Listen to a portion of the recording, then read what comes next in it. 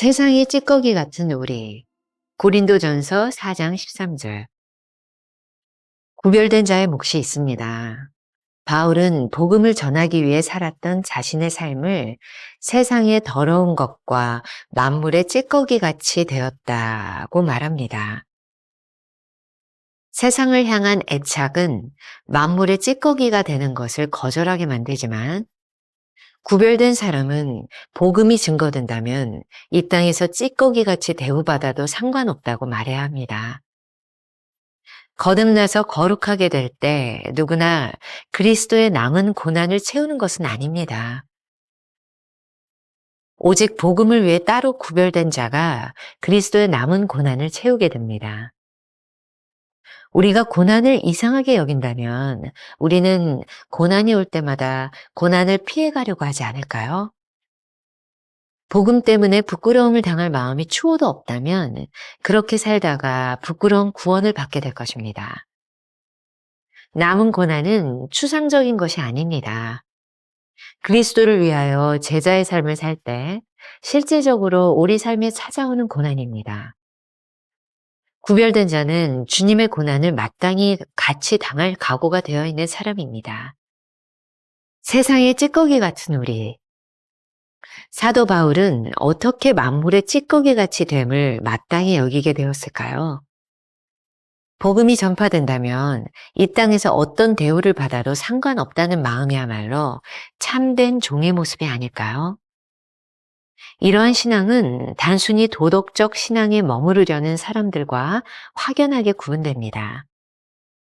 도덕적 신앙에 머무르는 사람들은 늘 사람들의 평판에 행동이 좌우됩니다.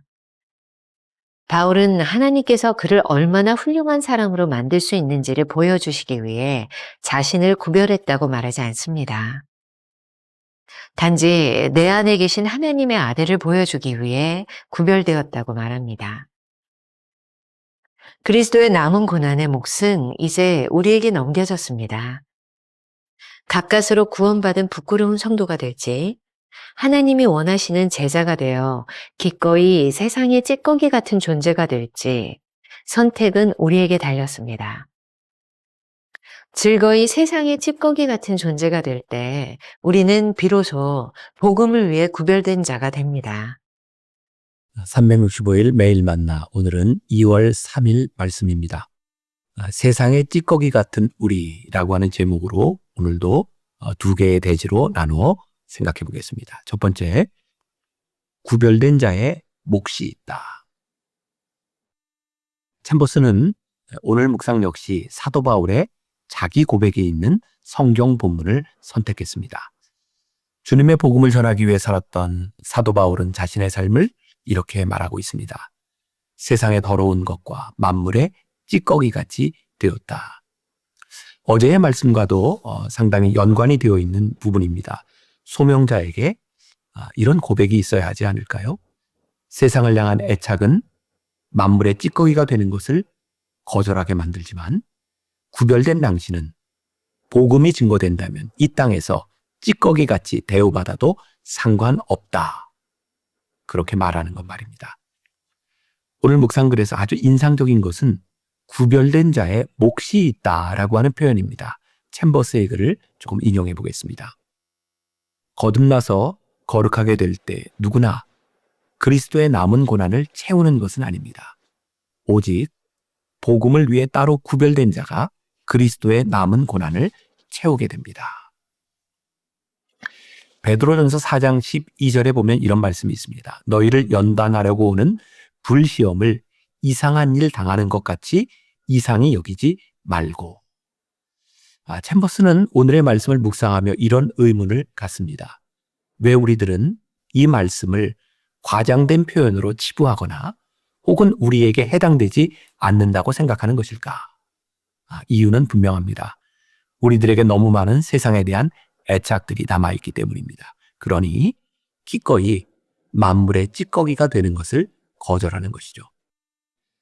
우리가 겪는 고난을 이상하게 여긴다면 기회가 있을 때마다 우리는 고난을 피해가려고 하지 않겠습니까? 복음 때문에 부끄러움을 당할 마음이 추호도 없는 사람들이라면 그렇게 살다 부끄러운 구원을 받게 될 것입니다. 우리 모두는 구원을 받지만 구별된 자의 몫으로 부르시는 하나님의 명령을 거절할 수 있습니다.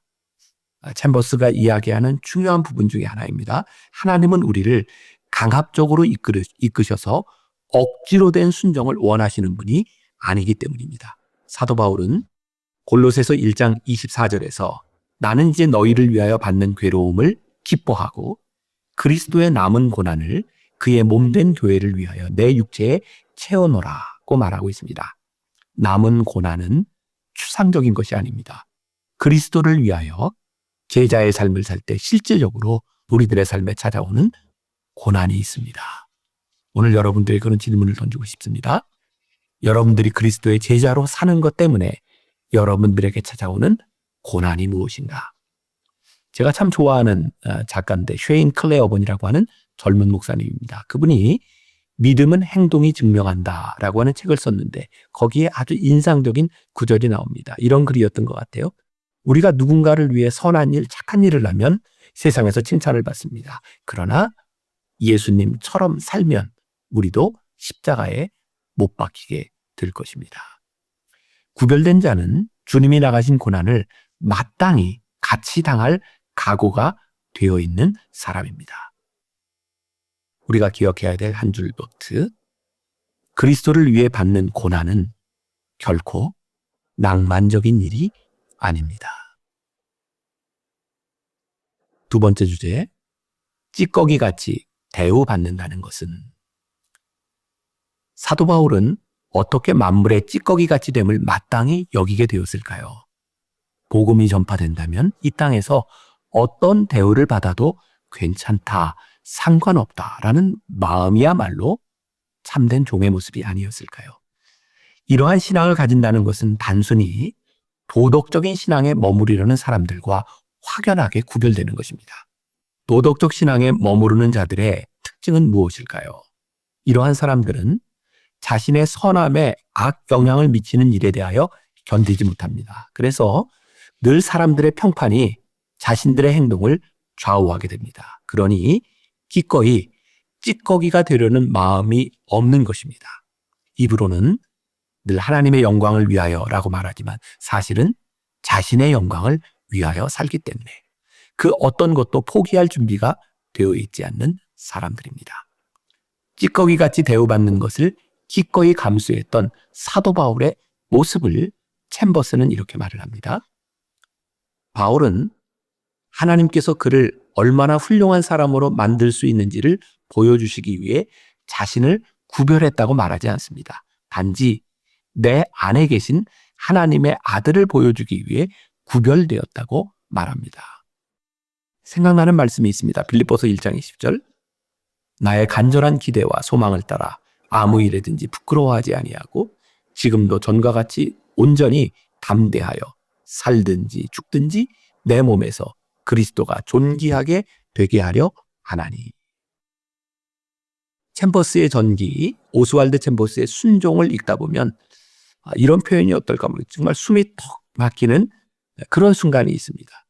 1917년 43살의 나이로 세상을 떠나기 몇 달 전 그의 편지에 여전히 활력이 넘치는 역동성이 느껴지는 그 편지의 내용들이 있습니다. 그런데 그 편지와 함께 실린 1917년 9월 챔버스가 세상을 떠나기 전 그의 모습을 보면 주름이 깊게 파인 그의 얼굴에 피곤함이 역력히 묻어납니다.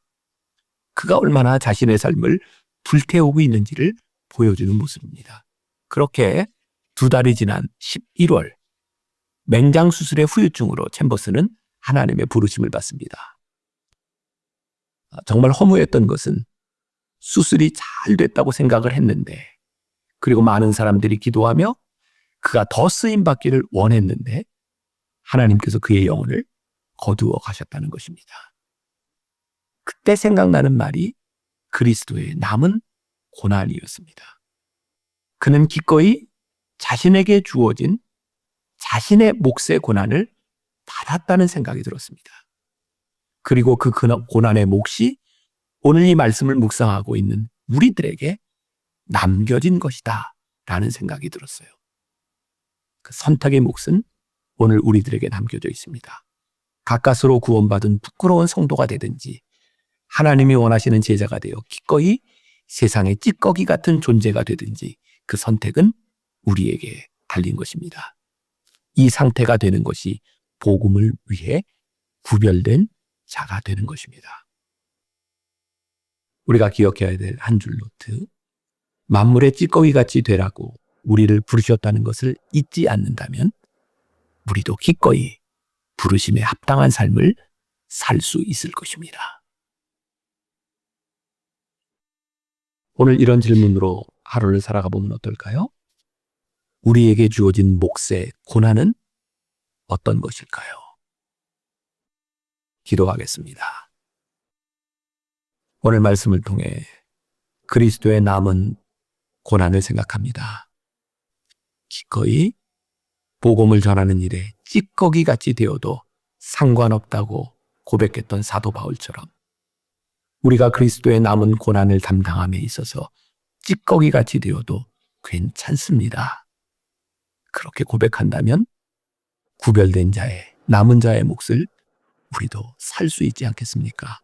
주님, 우리의 인생에 후회함이 없는 사람, 끝까지 찢겨진 빵과 부어진 포도주처럼 그렇게 인생을 살아가며 하나님 앞에 설 수 있는 주의 백성들이 되게 하여 주옵소서. 예수님의 이름으로 기도했습니다. 아멘. 그리스도를 위해 받는 고난은 결코 낭만적이지 않습니다. 만물의 찌꺼기같이 되라고 우리를 부르셨다는 것을 잊지 않는다면 우리도 기꺼이 부르심에 합당한 삶을 살 수 있을 것입니다. 우리에게 주어진 몫의 고난은 무엇입니까?